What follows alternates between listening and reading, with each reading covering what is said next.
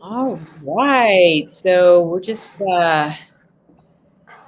inviting everybody in. Thank you so much for joining us today. I'm Adrienne Nikki Cobb and govern the energy of my wild magic. So we're just aligning that energy for everybody. And today we have Matt Wagner joining us. And yeah, just a beautiful frequency of energy. We're going to be talking a little bit today about spiritual connection, spiritual paths, everything spirit today. So, hi, Matt. Thanks for joining in.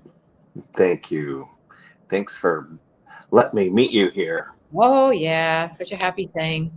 Such a very happy thing. So, Matt and I were having lunch because we both live in Portland, the super cool city. And we were having lunch the other day, and we were talking about, just, people in their spirit bodies and how we connect and how we ground. So, Matt, you want to kind of introduce a little bit about what you were sort of bringing up? Sure. Um, so we had started talking about like being on the spiritual path and whatever that means. Yeah, right. And it got me onto sharing with Adrienne how I've been working with my clients. And I have been digging deep into spiritual foundation work. Um, really just discerning what your foundational belief system is that you build this beautiful spiritual growth system on top of.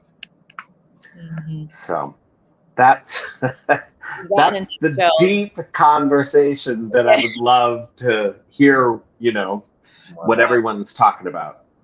So, with the foundational part, would that kind of include like the energy around like meditation? Sure. So Spiritually, breathing, yeah, like what would you consider a foundation? so I have thought a lot about this and I work in it. Um, so for me, the foundation of your spiritual self is really you owning what your belief system is at its very, very base of itself.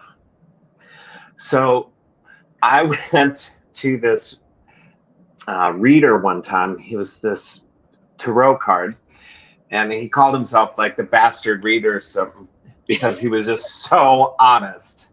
Yeah, yeah, yeah. And he asked me, well, what's your spiritual foundation? And I said, well, I mean, it's a lot of things. And he said, well, that can't be true. It's Hmm. one thing. And then you built from there. So what is it? And that triggered me, right? I was like, how dare you? Yeah, Um, right. and he's like, listen, this life is so short that you don't have time to create a brand new system. There are these spiritual systems, many, many, many hundreds, that have been tried and true. They are tested, they are blessed, they are sanctified, they have the prayers and the studies and the it's like it's been done. So you don't have to create this new thing. Just which one is it? It's okay. You can be Buddhist, you can be Christian, you can be Hindu, you can be whatever it is. Yeah, And so I sat with that. That really got under my skin. I yeah. mean, right? Like it Yeah, well, it's kind of triggers under me now. now because now I'm thinking, those old systems are just old. I'm in Aries. I've got like 7, 9 planets in Aries. Let's create something new again, yet again, more new. Yeah. And I'm, I'm so I'm much more interesting, I think, yes, than exactly. that. Now I'm Or at triggered. least that's what I told myself. Yeah, exactly. So where did you end up with that? Where did you land after that?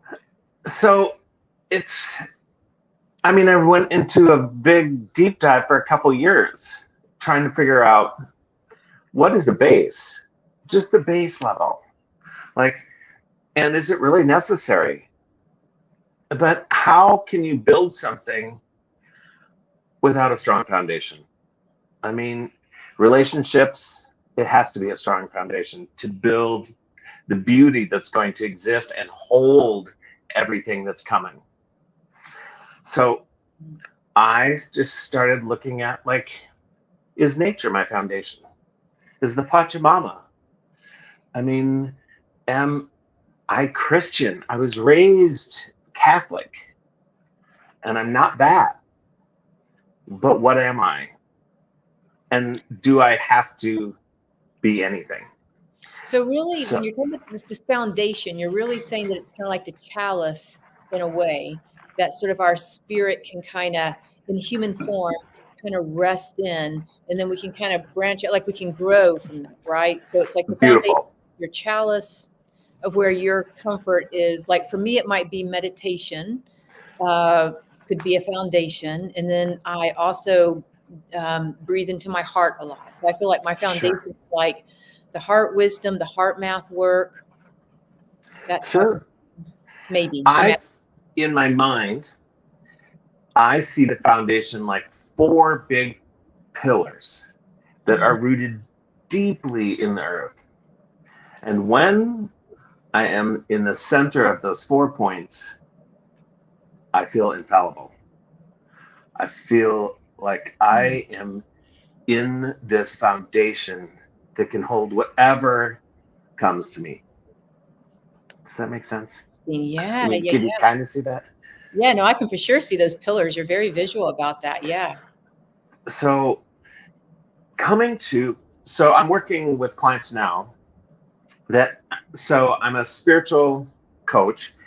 And so when I'm working with people, it's traditional life coach ways, but I've taken a different approach now. We find out what it is that they want to work on, work through, build, whatever it is. And then I veer off into the foundation of their spiritual self. And by doing this work, all of these other things that they brought to the table will align and find themselves. It's amazing. Yeah. So in my mind, like in my meditations and my work and working with spirit, I can just see that when I'm centered in the foundation of my spiritual self, everything is so aligned that all the energies, it's like clearing the pathways, right? It just makes it so accessible. And when you know who you are at the level of the base level of your spiritual self, then you know how to call to yourself. Right? Yeah, yeah. I mean, So I love this. so part of your foundation is sort of like seeing these four pillars, right? And they're not necessarily labeled with any identification of any sort, but you sort of see yourself within these four pillars, and that's kind of the basis of where you start, right? Yeah. Mm-hmm. And then what's in there with you? Like, is God a thing for you? Is the cosmos a thing for you? What are your things? Where does your spiritual beauty and your bliss, where is it? How do you call to it? How does it call to you? So let's take a minute actually to include people in this because Yeah. so it's kind of like, it's almost like once you have that sacred space, really, on the inner levels, you're starting to meet your essence self, perhaps, right? Once you get that space set up. And some people, like you have four pillars. For somebody else, it might be a circular room or a whatever shape. Sure. Let's just start with shapes because shapes, in a way, are like sacred geometry. It's a great place to start at. Okay, so let's just ask everybody who's participating or who might be listening to this recording later. Let's just take a minute and breathe in. And let's just breathe into your sacred space on the inner levels, like Matt's saying, like this foundational energy for you. Maybe it's a spiral, maybe it's a tutorial donut, maybe it's the pillars or a square or a circle and oval, but let's just go with sacred geometry to start with, since you brought in the pillars. Let everybody just take a minute and just connect to what is your sacred space, your foundational, sacred geometrical foundation of light.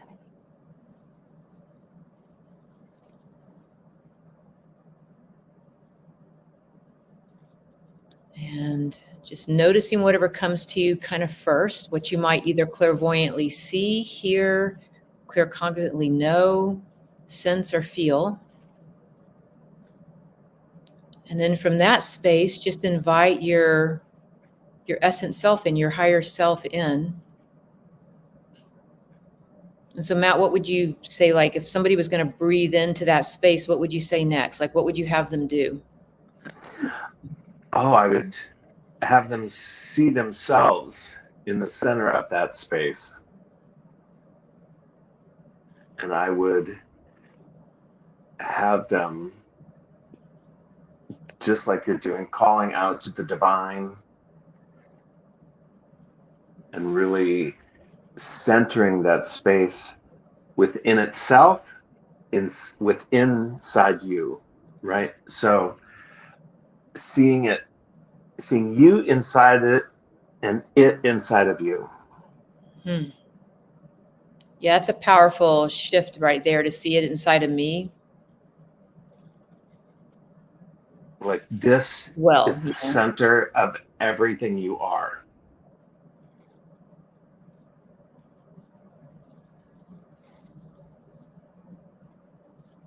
And then for some people, I'd imagine, like, I notice, like for me, my tribe council of light, like these beautiful great central sun angels coming in. I can also see some animal spirits coming in, and then it feels like there's color rays of light being drawn in, so different people might see different things. I'd imagine maybe it's just all pure white light. Sure. Well, and that's the beauty of it, isn't it? Right? Yeah. It is not for anyone to judge you in your definition of your spiritual foundation. It isn't for you to define to someone else. Mm-hmm. It hasn't to do with anyone. Like, talking about being on the spiritual path. Years ago, one of my teachers told me that you don't look outside yourself for your spiritual path, because it was born with you. So it is just being in that silence where you hear your truth, right? Your spiritual path is already with you. It is getting quiet and remembering it, finding out where it is, not outside of you, but inside of you. Like, just getting comfortable into a space where you can find what you already know is true.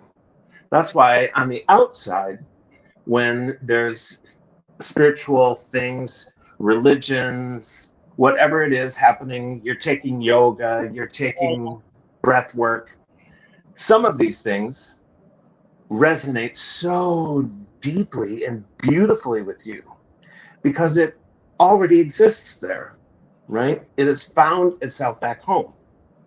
And so that is the spiritual path when I'm thinking about it. Mm-hmm.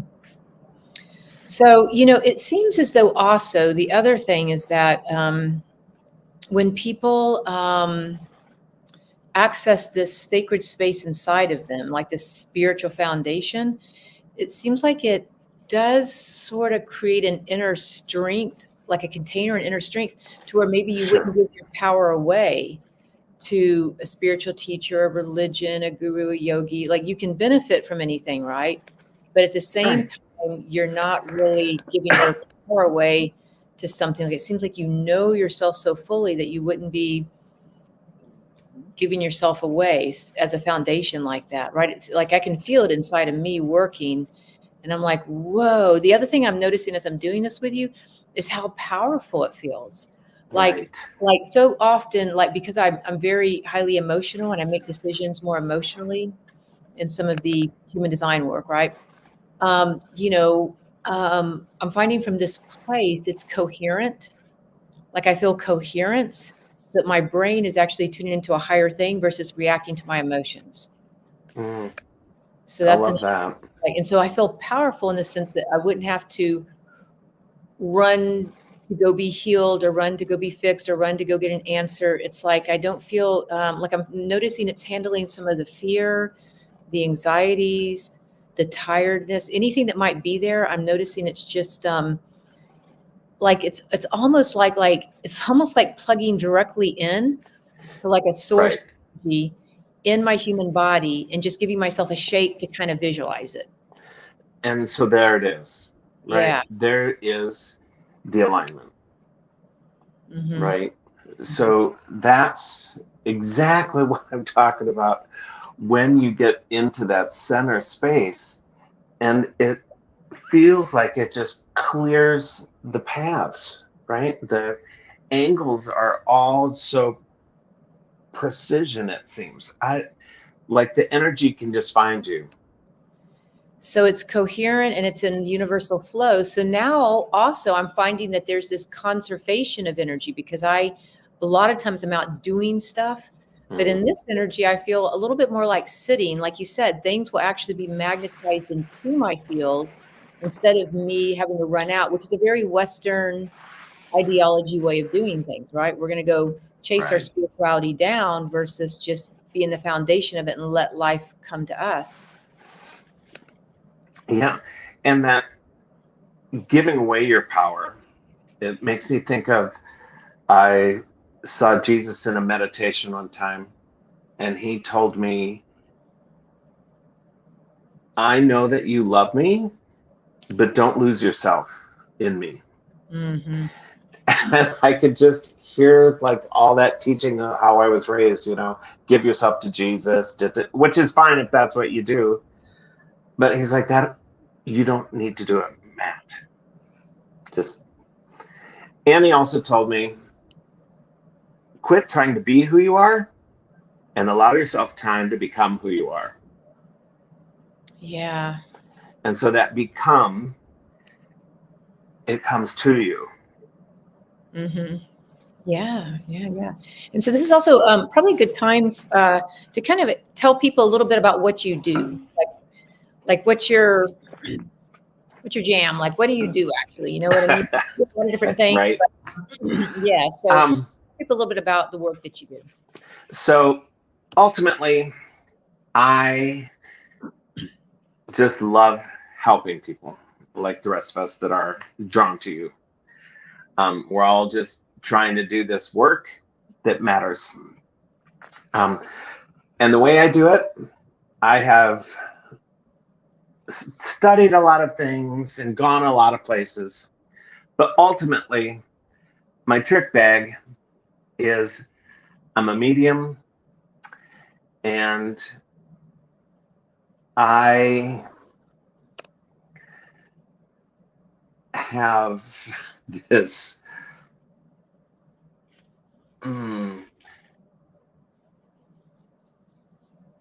this way of working with nature that really makes me who I am, I think. I mean, I'm a very nature-centered being. Yeah. Like, I think the earth and the trees, I think, are always talking to me. And so when I'm working with people, I'm working on a few different planes, right? Like we do. Yes. So ultimately, that's where I am. Well, and some of that, like just from knowing you and a little bit about your history, it seems like you do have, like, would you say you have kind of a somewhat of a shamanic type background to you, and a deep love for the nature spirits as well? And then it sounds like you were raised Catholic, and you have a lot of different dimensions to you. Yeah. I Yeah. mean, I was obsessed with indigenous healers. So for my 30s and 40s, 20s, 30s, 40s, I traveled a lot, finding indigenous healers, studying with them. Just because I was fascinated. I didn't know I would ever do anything with it. Mm-hmm. It was just calling to me, and I answered the call. Yeah. And then my first spiritual teacher found me when I was 24. And she taught me everything I know about mediumship, channeling, psychic, all of the clairs. And so I worked with her for a long time. And yeah, I mean, I'm 57 now, so it feels like a lifetime. Yeah. And yeah, it seems like it kind of runs in your family a little bit too. There's that. Yeah. Yeah, it does. Yeah, right. Mm-hmm. My sister and I can hear each other's thoughts, and it's always just been, it's an amazing thing. Yeah. Yeah. Yeah, it is. Yeah. That's pretty cool. Yeah. So once you have the foundation, which I like that we kind of did a little bit of just a very short meditation. I mean, that probably took us like I don't know, less than 60 seconds, probably. You know what I mean? Maybe 60 seconds, maybe not even. And in that short period of time, I know that I could feel the energy come in with exactly what you were aligning us to, right? And I can tell because I made that 60-second alignment, I can still feel it in my energy field, but I can feel like tuning into the energy. It'll probably be with me for the rest of the evening. So it's really powerful when you tune into that spiritual foundation, you connect with yourself, even if it's just for 10 seconds, 30 seconds, 60 seconds. It expands our energy field so much, it seems, to do what you're talking about, so that it can carry you through the majority of your day. We're kind of like a human battery, so you might have to charge it up midway or later on, depending on how much energy you're using or how much distraction, but it can qualify your whole day, it seems like. And so to that point, I would move into then what is the practice around this? Yeah. Right. Yeah. How do you keep that fire going, and how do you work with it? How do you where are your prayers in it, your meditations in it? Like, what is your practice? When I'm doing workshops, often I'll ask, who here has a spiritual practice? Every hand goes up. Yeah. Yeah. But then you ask, who in here practices it? No hands go up. Mm-hmm, mm-hmm, mm-hmm. Right? We're often, me included, are running to workshops and classes trying to get somebody else to do the work so that I can be spiritual. Mm-hmm. Yeah. Yeah, right. Right? Like, yeah, true. Like when clients come and they're like, fix me. It's like, that's not how that works. Yeah. I will help yeah. you. I will hold this space with you. But the work is yours. And so the work is also ours in finding how we do our prayers and what is this, how do we keep that space alive? Mm-hmm, mm-hmm. What is our practice? Yeah. Yeah. I mean, do you think it's important to have an altar? I do have not to put you on the spot. Yeah, I mean, I do have an altar. I have a couple, really, actually probably several in the house. So I like them just because I need a place to put my crystals, and I have a couple little statues that I like, and then I keep all my cards there. So I do like having something that holds my energy. Yes. I get the message often from Spirit that they love when we have a practice, whatever that is, and an altar somewhere where we practice what it is we believe and set our intentions. I made a meme one time that says, in my silence, I weave my meditation into prayer. And so, right, that's my practice, really. Yeah, that's a good one.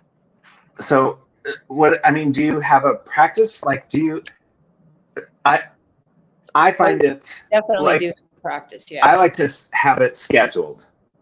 Yeah, no, I always start my morning. Once I get up in the morning, I definitely, you know, I drink 6 ounces of water, kind of wake my brain up, you know, and then I will go into about usually between a 30 and 40-minute meditation. I usually add, I connect with source, clear my energy field. I do sutras.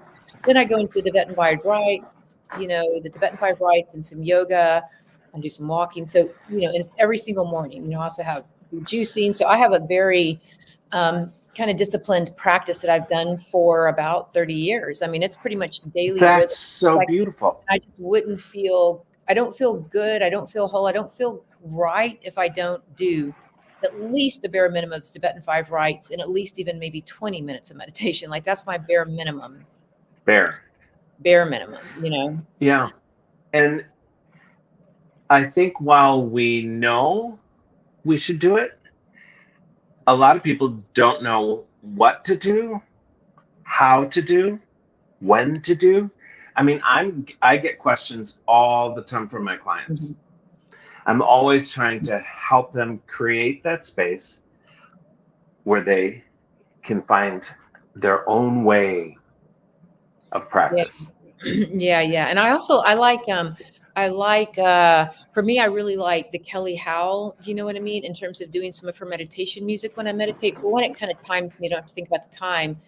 But also, I think for people who have kind of like ADD type tendencies, you know, sitting in silence, there's just nothing like it. But it's really beautiful.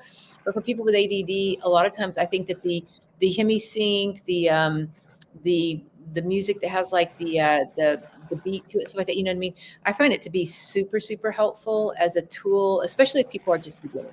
Yeah. Yeah. I mean, meditation's like it's a practice. It doesn't happen just one time. And there's so many different ideas about what is expected. I teach meditation. I've had the same meditation group going for like 15 years. And when people first come, I think they think they're going to end up like a Buddhist monk and float while they're meditating. Or in your presence, Matt. I mean, you said for that, right? And I want them to float. Trust me. Yes, I'm going to come to your meditation. I don't know that many people get there in the beginning of their practice, right? Mm-hmm. And maybe that's not what your meditation is. I mean, there's so many forms and ideas. It doesn't have to be one thing, right? Yeah. But you should know what it is.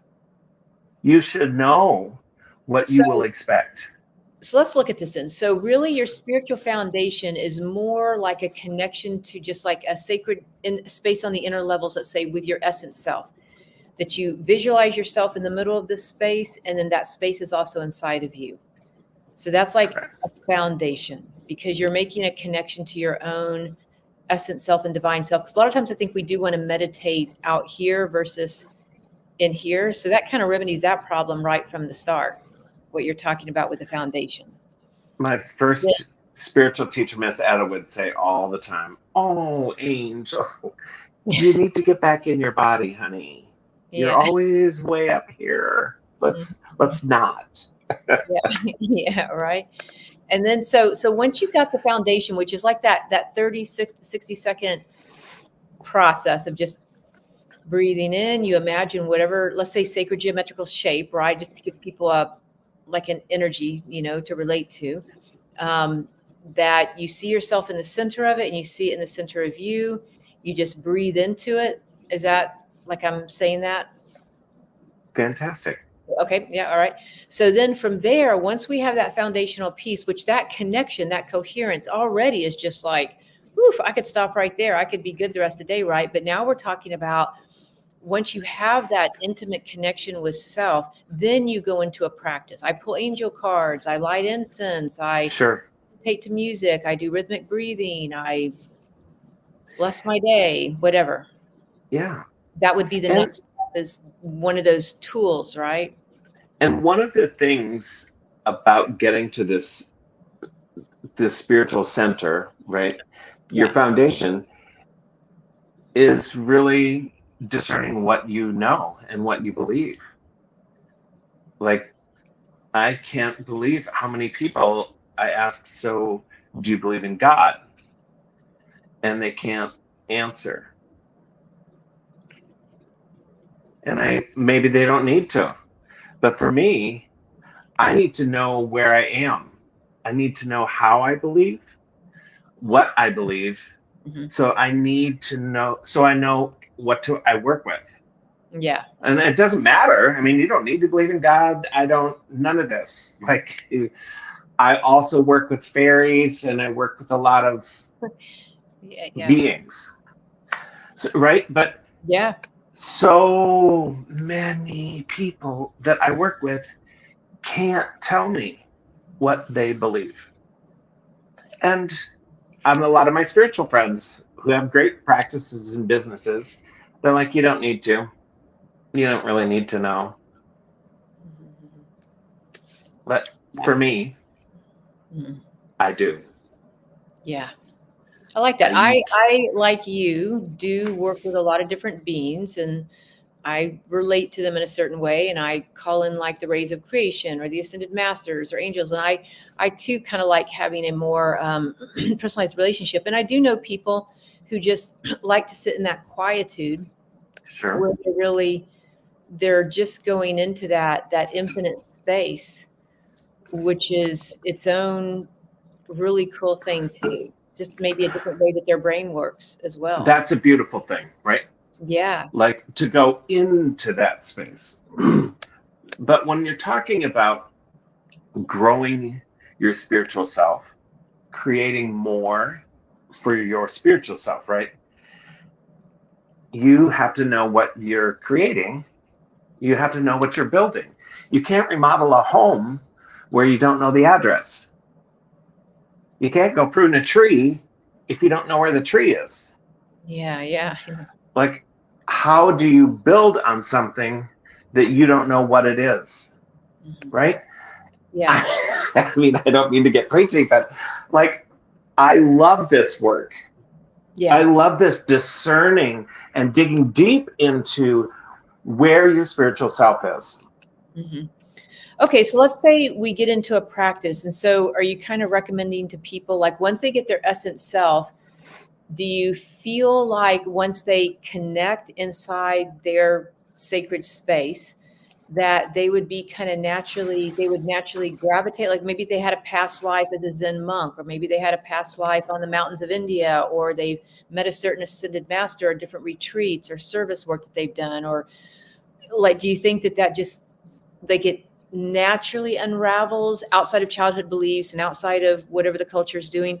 Or do you think it's something that people experiment with? Or do you think it's something that kind of naturally sort of unfolds? You just kind of gravitate like toward,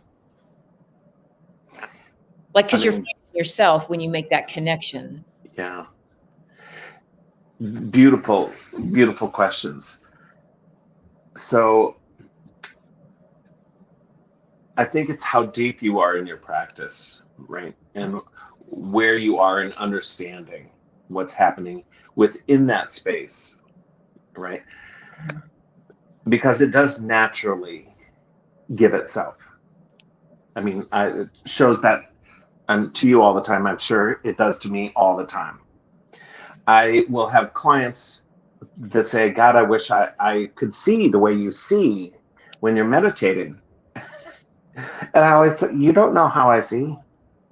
You just created a narrative, and now you're trying to see something that you made up. So instead of trying to see what I'm seeing, why don't you just let yourself see what you see and then create a narrative about what you should be seeing? Yeah. Right? Yeah. Like, that's the beauty in it.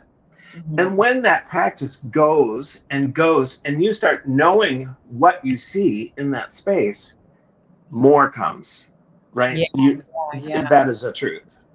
Yeah. Yeah. So then naturally it gives itself, I think, is the answer. You know, and honestly, with a lot of the people I work with, and I'm sure you find this too, is that I think that we're all fairly multidimensional. Yeah. Like that we have different dimensions that we pull from. We have different past lives that we pull from. We have different things from this life experience that we pull from. And, You know what I Sure. mean? So it's very multidimensional that it may not be just even one thing, you know? For sure, it's not. Yeah. So it's okay just to kind of like start exploring it, you know? Yeah. Even like, I mean, I think I was a very young person, like in my late teens, um, when I first read my first spiritual book and started on this, like, oh my God, this is what's out there. Mhm. And so you hear different theories and you grab onto them, right? Like, that's the best thing I've ever heard. That's my spiritual belief. But then as you get older or more experiences, you Yeah. get better things come to you. And you're Yeah. like, no, no, no. That's what I believe. And Right.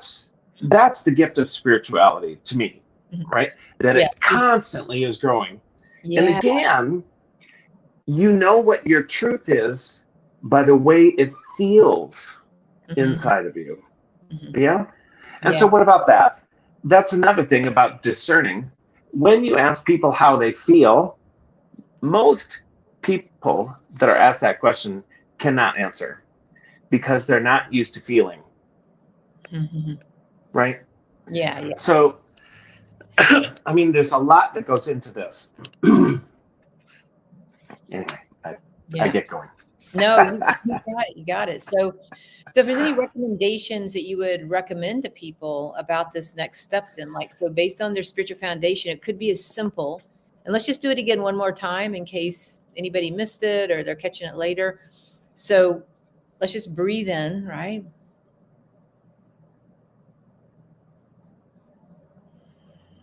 And just imagine perhaps this sacred geometrical shape, whether it's like for Matt, it's 4 pillars that he stands within.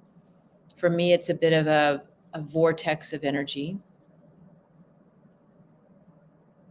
So, whatever it is for you, seeing yourself in the center of it, and then feeling it also inside of you.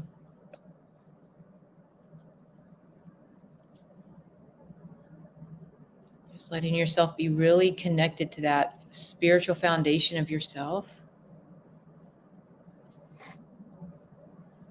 And then, Matt, if you were guiding people to find, like, to open up to something that's in their practice, what would you encourage people to do, like from this connected space that we're all just in this connection right now? This is where I would start weaving my intentions into prayer. Mm, that's really beautiful. Yeah. Quietly in the center of that space. Okay. And so if everybody just wants to take a moment to notice whatever their intentions are, anything they're intending, wanting to create, manifest, be a part of, experience, and just holding a sacred space for it, weaving it into this energy.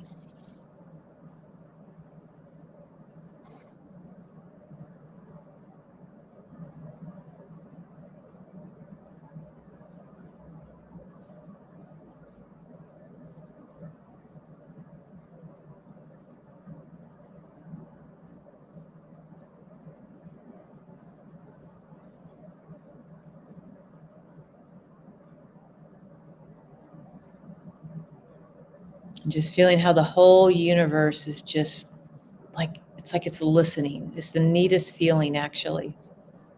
Whether it be guides or angels or God or spirit or universe or I am presence. And then just, I would also recommend, like we were saying right at the very end, of a feeling, just sort of seal it with a feeling, like really put a feeling to it, whether it be a gratitude or divine love or grace, pure love and light. It's almost like just blessing it, to seal it, we're just blessing it in a feeling tone, a quality essence, with an expectation of it just joyfully coming to us with love or above energy.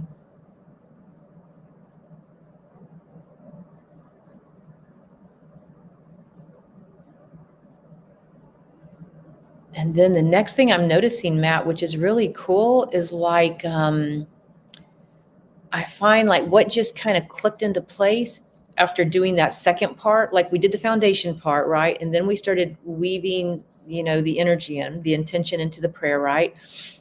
I could feel that. But then the next piece that came in, all of a sudden I felt like my mind kind of had clarity. Like it was just opening up to where I would know the right place, the right time, the right energy to be in, to be guided. But it's almost like there's all this support for us all the time. But the clarity just opened up to, I don't know, have that experience. I'm almost at a loss for words, actually. It's kind of cool. It gets so expansive. I mean, Yeah. I rarely get to be on this end, like somebody else leading the meditation. So I go deep fast. And that was like so beautifully white all the way around the space. I was sitting in the center of those pillars.